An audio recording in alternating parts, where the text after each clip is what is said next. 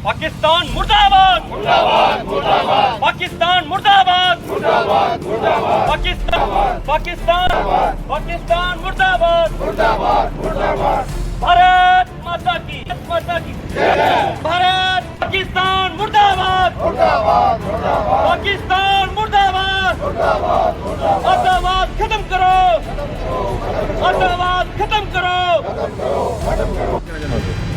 जैसा कि आप सबको पता है कि कल एक बार फिर आतंक ने अपनी खूनी होली खेली है।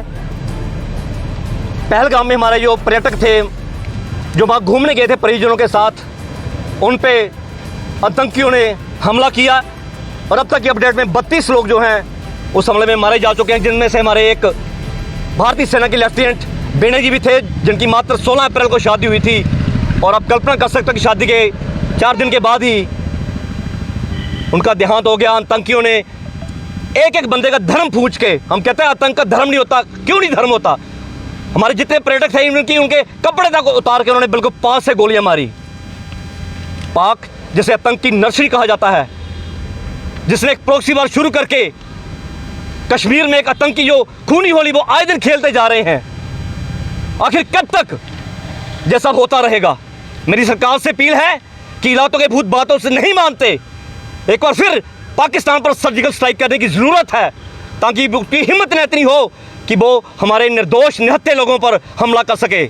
अरे कायरो, अगर हिम्मत है तो हमारे फौजियों का सामना करो, उन पर भी आप पीठ पीछे वार करते हो। अगर आप इतनी कश्मीर के हितैषी हो, अगर आप में इतना ही अपनी कौम के प्रति जुनून है, तो मेरे फौजी भाइयों का सामने मुकाबला करो, फिर आपको पता चलेगा। अरे निहत्थे लोगों पर, जो लोग अपने परिवार के साथ वहाँ पे आए हुए थे और एक पति को गोली मारी और पत्नी को आपने ये बोला कि मोदी को जाके बता दो, अब वक्त है सरकार अपने हाथ खोले, आर पार की लड़ाई हो, ताकि इस पाकिस्तान का नाम जो है सारे विश्व के नक्शे से मिट जाए और वो हिम्मत ना करे कि भविष्य में वो ऐसी हरकतें करे। मैं धन्यवादी हूँ आज के इस प्रोटेस्ट में मेरे पूर्व सैनिक, मेरे शहीदों के परिवार, अलग अलग संस्थाओं के लोग यहाँ आकर आज अपना गुस्सा जो उन्होंने व्यक्त किया। आज यहीं पठानकोट में ही नहीं, पूरे देशवासियों में प्रोटेस्ट हो रहे हैं, आतंक के खिलाफ अपनी लोग आवाज़ बुलंद कर रहे हैं। सो एक बार फिर मैं जितने मेरे पूर्व सैनिक शहीदों के परिवार आए हैं, हम इस जघन्य अपराध की निंदा करते हैं और एक बार फिर पाकिस्तान को जो चुनौती देते हैं कि वो बाज आ जाए।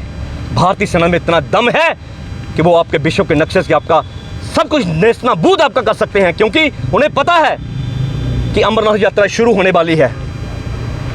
अमेरिका के वाइस प्रेसिडेंट जेडी वेंस यहाँ पे आए हुए हैं, वो ये बताना चाहते हैं कि कश्मीर में शांति नहीं है और कश्मीर जो है पाकिस्तान का हिस्सा है, लेकिन सरकार को जिंदा दिली दिखानी होगी और इनका जवाब पत्थर से देना होगा। और जितने भी तंकीन इस घटना को अंजाम दिया है, ब्याज सहित उन्हें मौत की नींद सुलाकर अपने जो निहत्थे पर्यटक हैं उनके बलिदान का बदला लेना होगा। धन्यवाद। जय हिंद, जय।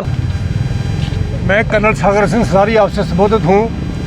कल के पहलगाम में जो आतंकी हमला हुआ है, इसके बारे में सुन करके बहुत एक अजीब लगा है, क्योंकि मैं उस इलाके में JNK में सर्विस की है, 1976 तक नौकरी किया है टूर में। दोस्तों, मैं आपसे जैसे एक बात शेयर करना चाहता हूँ, फ़ौजी के नाते 32 साल मेरी फ़ौज की नौकरी है।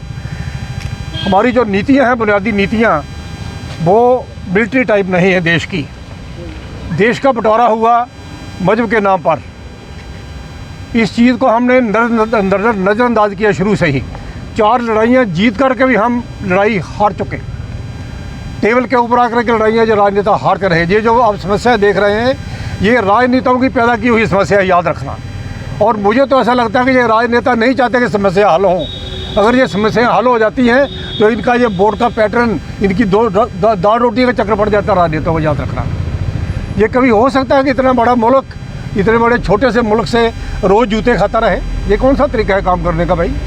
ये जब तारें लगा ली, हमने दीवारें ऊँची कर ली, उस समय 68 की बात है, 86 की बात है, ये दीवारें और तारों के किस्से फौज में चलते थे। मैंने हमेशा इस बात का विरोध किया था। हमारी मानसिकता हिंदुस्तान की डिफेंस में हो चुकी है। दोस्तों, हमें इसे डिफेंस मिनिस्ट्री क्यों कहते हैं? इसको ऑफेंस मिनिस्ट्री क्यों नहीं कहते? हमलावर मिनिस्ट्री क्यों नहीं कहते?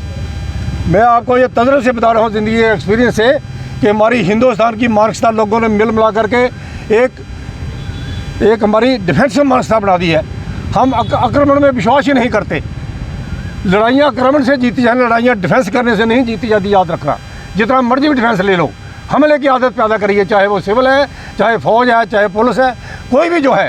हमारे राजनेताओं की तो इससे रोजी रोटी चल रही है, याद रखना, ये राजनेताओं की बड़ी समस्या है। मैं इतना ही कहना चाहूँगा, मैं अपनी श्रद्धांजलि देता हूँ जो वहाँ पर हमारे सिविल भाई बहन इसका शिकार हुए टेररिज्म को बहुत बुरी तरह थोड़े दिनों में कुचला जा सकता है अगर हमारे राजनेता इसको चाहें तो।